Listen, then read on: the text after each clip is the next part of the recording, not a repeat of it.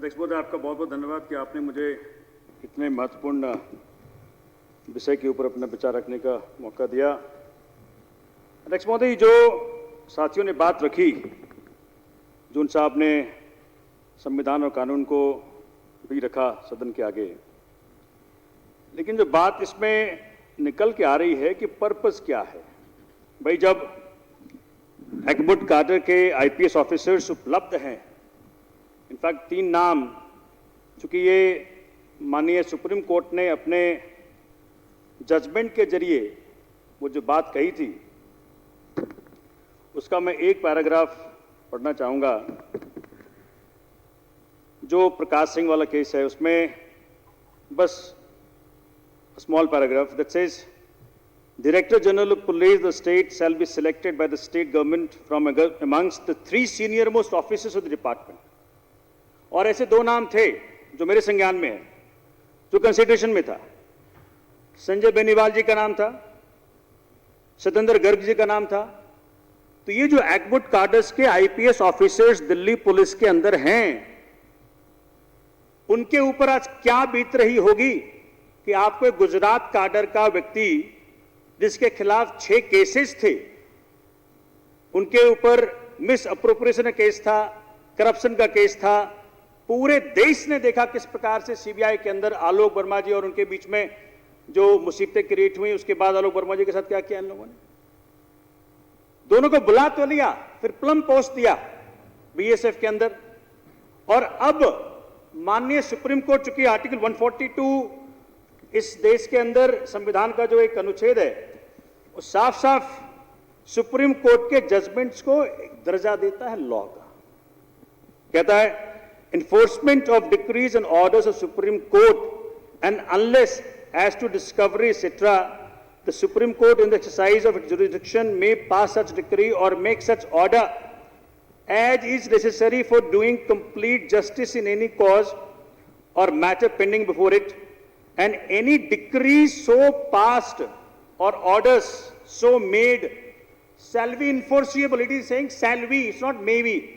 Shall be enforceable throughout the country of India, throughout the territory of India in such manner as may be prescribed by or under any law made by the Parliament, and until the provision in that behalf is so made in such manner as the President may by order prescribe. अब इसमें कोई इधर उधर नहीं है। इसके तहत जो कुछ भी सुप्रीम कोर्ट ने कह दिया वो कानून बन गया। अब इस कानून के वायलेशन में, अभी पीछे जब सीबीआई डायरेक्टर के अपॉइंटमेंट की बात चल रही थी, उस कमेटी के हिस्सा थे। मैं बड़ा शुक्रगुजार हूं उनका और उनका धन्यवाद करता हूं। ये सदन धन्यवाद करता है उनका। जस्टिस रमन्ना ने जिस प्रकार से ये बात कही, जो हमने मीडिया में पढ़ा, कि अस्थाना जी के पास 6 महीने का वक्त नहीं है, कम से कम 6 महीना होना चाहिए अगर किसी व्यक्ति को आप सीबीआई डायरेक्टर बनाते हैं। और ये उल्लेख दिया सुप्रीम कोर्ट के जजमेंट का। तो मुझे समझ में नहीं आ रहा कि भाई इस देश के न्यायालय व्यवस्था का सुप्रीम व्यक्ति ने कह दिया ये व्यक्ति सीबीआई डायरेक्टर नहीं बन सकता, तो आपने किस प्रकार से रिटायरमेंट के 3 दिन पहले एक्सटेंशन देकर के, माननीय प्रधानमंत्री ने खुद, ये माननीय प्रधानमंत्री का फैसला है, ये मोदी जी ने फैसला लिया कि जी गुजरात कैडर का व्यक्ति, चूंकि कैडर का वो ट्रांसफर होना था और यूपीएससी के पास जानी होती है as per the law of the land, UPSC को स्टेट गवर्नमेंट और यहां पे केंद्र सरकार को 3 महीने पहले वो नाम देने होते हैं। और यूपीएससी उसमें पूरी जांच परख करती है कि क्या क्वालिफिकेशन है, कोई केसेस तो नहीं है पीछे, सब कुछ का होता है। जब तक यूपीएससी क्लियरेंस नहीं देती तब तक उस व्यक्ति का कंसिडरेशन नहीं करेगा स्टेट गवर्नमेंट और यहां पे केंद्र सरकार। तो ना तो यहां पे यूपीएससी के पास कोई लिस्ट दी गई तो बताएं, और ना यूपीएससी कोई रिकमेंडेशन आया। तो होता ही है अध्यक्ष महोदय कि जो कुछ देश में चल रहा है, ये देखिए, अगर आपने मुखिया चेंज कर दिया, जो मुखिया है, मुखिया का जो कैरेक्टर है वही नीचे तक आएगा।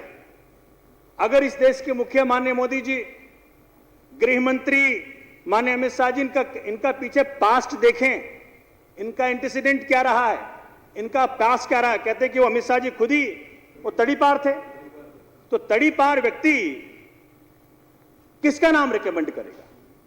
इस देश का दुर्भाग्य है कि ऐसे व्यक्ति का नाम रिकमेंड किया जिसका पूरा पास्ट रहा है। कहते हैं कि 20 करोड़ रुपया भाजपा को, मेरे पास अखबार एक कटिंग है, 20 करोड़ रुपया एज ए सूरत कमिश्नर इस जेंटलमैन ने, राकेश थाना जी ने भाजपा को डोनेट किया। अब इससे बड़ी बात क्या हो सकती है स्टैब्लिश करने के लिए कि भाई कहां बाइस्ड होगा ये, किसके लिए काम करेगा ये, दिल्ली में क्या करने आया ये व्यक्ति?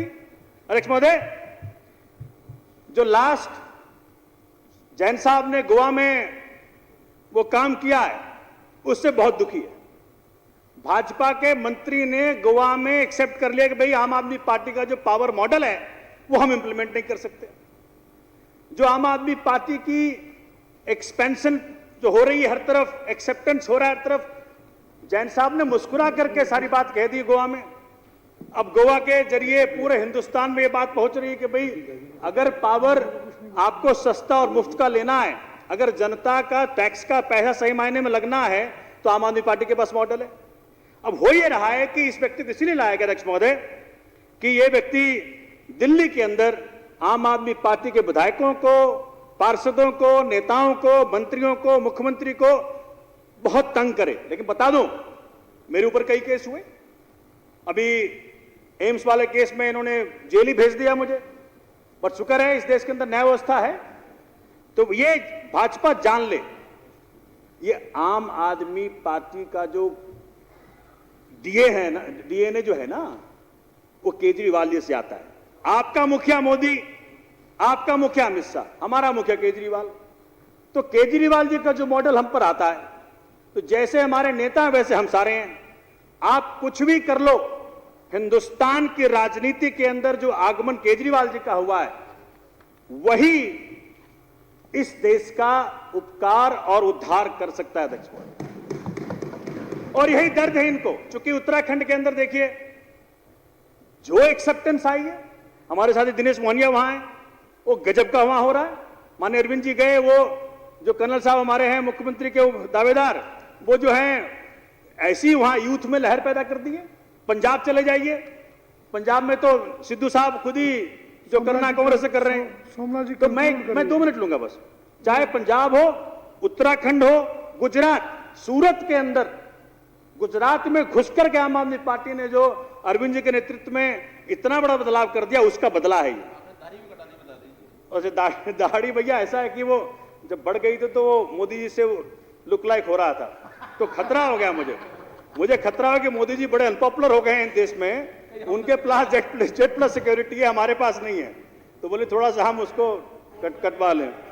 तो ये अध्यक्ष महोदय आप कंक्लूड। लेकिन ये जो लॉ से डिविएशन हुआ है, मैं माननीय मोदी जी को कहना चाह रहा था आपके माध्यम से, ये डिविएशन अच्छे के लिए होता तो अच्छा रहता दिल्ली के अंदर। लेकिन मैं देख रहा हूं, जैसे आपने आज सवेरे, मेरा दिल रो पड़ा आपको देखकर, जिस प्रकार से आपने अपनी बातें रखी। आप दिल से बात कह रहे थे, आप बना नहीं रहे थे। जिस प्रकार से सदन को इन्होंने कमजोर करने का काम किया है, नए आईटी रूल्स ले आए हैं, ये इनको सोशल मीडिया कमजोर करने का काम कर रहे हैं।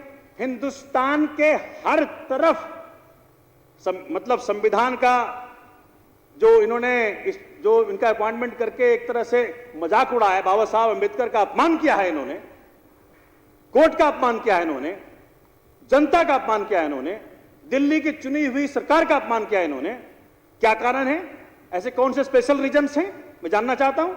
जिस व्यक्ति के खिलाफ सीबीआई ने खुद ही केस कर दिया हो, ऐसा क्या खास है इस व्यक्ति में? एक ही चीज खास है, ये आम आदमी पार्टी के ग्रोथ रेट से बहुत ही दुखी हैं।